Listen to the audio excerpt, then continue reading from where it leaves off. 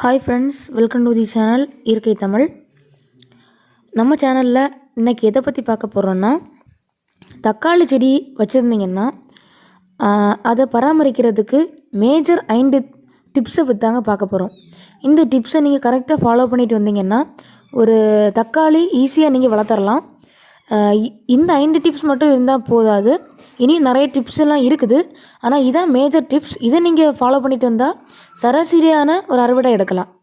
அதை பற்றி தான் இந்த வீடியோவில் ஃபுல்லாக கிளியராக பார்க்கலாம். நான் இந்த வீடியோவில் ஒரு 5 டிப்ஸ் சொல்ல போகிறேன். அதை நீங்கள் கரெக்டாக ப்ராப்பராக ஃபாலோ பண்ணிட்டு வந்தீங்கன்னா நம்ம ஃபஸ்ட்டு டிப் என்னன்னு பார்த்துடலாம். ஃபஸ்ட்டு டிப் பார்த்திங்கன்னா, வேர்களில் பூச்சி வர்றது. அதாவது தக்காளி செடியை பொறுத்த வரைக்கும் வேர்கள் பூச்சி வரும். வேர்களில் பூச்சி வர்றதுக்கு மேஜர் காரணமே வேர்கள் மேலே இருக்கிறது தான்.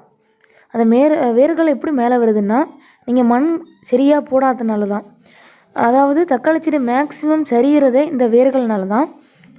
அதனால் நீங்கள் எப்போல்லாம் வேர்கள் மேலே இருக்கிறத பார்க்குறீங்களோ அப்போ எல்லாம் கொஞ்சம் மண்ணை தூவி விட்டுருங்க. ஒரு 1 வீக்குக்கு ஒருக்காவது மண்ணை தூவி விட்டுட்டே இருங்க. அப்போ நம்ம அந்த வாட்டரை நம்ம விட அந்த மண் கீழே இறங்கிட்டே இருக்கும். அப்போ உங்கள் தக்காளி செடி ரொம்ப ஸ்ட்ராங்காக இருக்கும். இந்த மாதிரி வேர்கள் மேலே வர்றது, நிறைய வேர்பூச்சிகள் வர்றதுக்கு நிறைய வாய்ப்பு உண்டு. மண்ணுக்கு உள்ளேருந்து வேர்பூச்சிகள் வர்றதோடையும் மண்ணுக்கு மேலே இருக்கும்போது ஈஸியாகவே அஃபெக்ட் பண்ணிடும். அதுக்கு நீங்கள் வேப்ப முன்னாக தெளிச்சிட்டு வரலாம். அப்படி வேப்ப முன்னாக தெளிக்கலைன்னா அடிக்கடி மேலே ஒரு மண்ணை தூவி விட்டுருங்க. அப்போ மேஜர் அஃபெக்ட் எல்லாம் நம்ம தவிர்க்கலாம். இப்போ வாங்க செகண்ட் டிப் என்னன்னு பார்க்கலாம். செகண்ட் டிப் என்னன்னா, மேக்ஸிமம் எல்லோரும் சொல்கிறது, எனக்கு பூக்கள் நிறைய வருது ஆனால் காய்கள் காய்க்க மாட்டேங்குது. அப்படி தான் நிறைய பேருக்கு சந்தேகம் இருக்குது. இதுக்கு மெயின் காரணமே கால்சியம் குறைபாடுனால தான். உங்கள் செடிகளில் நிறைய காய்கள் பிடிக்கணும்னா கால்சியம் சத்து ரொம்ப வேணும். சில மண்ணில் பார்த்திங்கன்னா கால்சியம் சத்து ரொம்ப இருக்கும், சில மண்ணில் இருக்காது. அதுக்கு நீங்கள் என்ன பண்ணணுன்னா, நீங்கள் பாலில் 10 மடங்கு தண்ணி சேர்த்து அதையும் நீங்கள் ஒரு 1 மந்த்துக்கு ஒருக்கா தெளிச்சிட்டு வரலாம். அப்படி இல்லைன்னா நீங்கள் முட்டைத்தோடு யூஸ் பண்ணலாம். நம்ம முட்டைத்தோட ஒரு உரமாக மாத்திர ஒரு வீடியோ போட்டிருந்தோம். நம்ம அதை பார்க்காதவங்க நான் டிஸ்கிரிப்ஷனில் கொடுக்குறேன், பாருங்கள். இந்த முட்டைத்தோட இப்படி நீங்கள் நல்லா க்ரஷ் பண்ணி சேர்த்துக்கிட்டிங்கன்னா இதில் நிறைய கால்சியம் இருக்குது. அதனால் உங்கள் செடிகள் நிறைய காய்கள் போடும். தேர்ட் டிப் என்னன்னு பார்த்தீங்கன்னா, சக்கர். அதாவது இதுவும் உங்கள் செடியில் தான் இருக்கும். அதாவது உங்கள் செடியில் உள்ள இலை தான், அதாவது தேவையில்லாத இலை, அதுதான் இந்த சக்கர்னு சொல்லுவாங்க.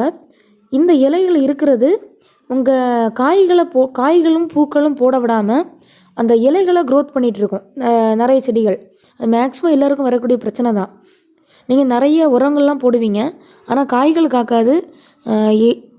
அதாவது இலையெல்லாம் நிறைய இலைகள் ரொம்ப செழிப்பாக நிற்கும் ஆனால் காய்கள்லாம் ரொம்ப காய்க்காது. அதுக்கு நீங்கள் இந்த மாதிரி வேறு ஆங்கிளில் நீங்கள் வளர்ந்து நிற்கிற செடியை இந்த மாதிரி இலைகளெல்லாம் நீங்கள் எடுத்து விட்டுறணும். அப்படி எடுத்து விடாமல் இருந்தீங்கன்னா நிறைய இலைகள் போடும் தவிர உங்களுக்கு காய்களை காய்க்காது. இப்போ நீங்கள் இந்த செடியிலையும் பார்க்கலாம், கீழே ஒரு இலை நிற்கிது, அதுக்கு மேலே இன்னொரு இலை நிற்கிற பாருங்கள், இதுதான் அந்த இலை. இந்த மாதிரி நிற்கிறத எல்லாத்தையும் நீங்கள் கட் பண்ணி எடுத்துருங்க. இப்படி நின்னாலே அது செடிகளை வளர விடாது. அது மட்டும் இல்லை, உங்கள் இலைகளில் ஏதாவது நோய் என்ன நீங்கள் பார்த்தீங்கன்னா அந்த இலைகளை முதல்ல ஸ்டார்டிங்கில் நீங்கள் கட் பண்ணிடுங்க. இப்படி கட் பண்ணாமல் இருந்தோம் தான் வேலை இலைகளுக்கெல்லாம் அது ட்ரான்ஸ்ஃபர் ஆகி உங்கள் செடியே வேஸ்ட்டாக போயிடும். ஓகே, இப்போ நம்ம 4th டிப் என்னன்னு பார்க்கலாம். சப்போர்ட். அதாவது நீங்கள் தக்காளி செடிக்கு நான் முதல்ல சொல்லியிருந்தேன், வேர்கள் இந்த மாதிரி ஆகும். அது நீங்கள் என்ன தான் மண் போட்டாலும் ஓரளவு கண்ட்ரோல் பண்ணலாம். ஆனால் தக்காளி செடினாலே அது ஒரு சைடு வாக்கில் அது சரியும். அதாவது அதுக்கு வேர்கள் ரொம்ப ஸ்ட்ராங் இருக்காது. அதுக்கு நீங்கள் என்ன பண்ணணும், இந்த மாதிரி சப்போர்ட் வைக்கணும். நீங்கள் இந்த ஒரு மாதிரி கயிறுகளை வச்சியும் கூட நீங்கள் சப்போர்ட் வைக்கலாம். ஆனால் அந்த தக்காளி நிற்க பேக்கிலே நீங்கள் ஒரு கம்பை இந்த மாதிரி நல்லா ஸ்ட்ராங்காக ஒரு கம்பை நாட்டி வச்சுக்கிட்டு அதில் ஒரு சின்ன ஒரு நூலூல் கயிறோ வச்சு கட்டி வச்சுருந்தீங்கன்னா அது இந்த மாதிரி சாயாமல் நிற்கும். அப்போ உங்களுக்கு தக்காளி காய்க்குன்னா அது ரொம்ப அறுவடை எடுக்கலாம், ஈஸியாக இருக்கும் உங்களுக்கு பறிக்கிறதுக்கு எல்லாத்துக்குமே. மட்டும் அந்த கம்பும் உடையாது. இப்போ 5வது டிப்பு என்னன்னு பார்க்கலாம். 5வது டிப்பு என்னென்னா, பூக்கள் கரியிறது. இந்த பூக்கள் கரியிறது மேக்ஸிமம் எறும்புகளாலும் இருக்கலாம், அப்படி இல்லைன்னா வேல்களால் நிறைய நோய்களும் இருக்குது.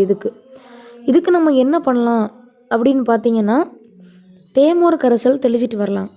இந்த தேமோர் கரைசல் நான் எப்படி செய்கிறதுன்னு நம்ம சேனலில் வீடியோ போட்டிருந்தோம். அது ஈஸி தான். மோரும் தேங்காய் பாலும் வச்சு ஈஸியாக நம்ம செஞ்சிடலாம்.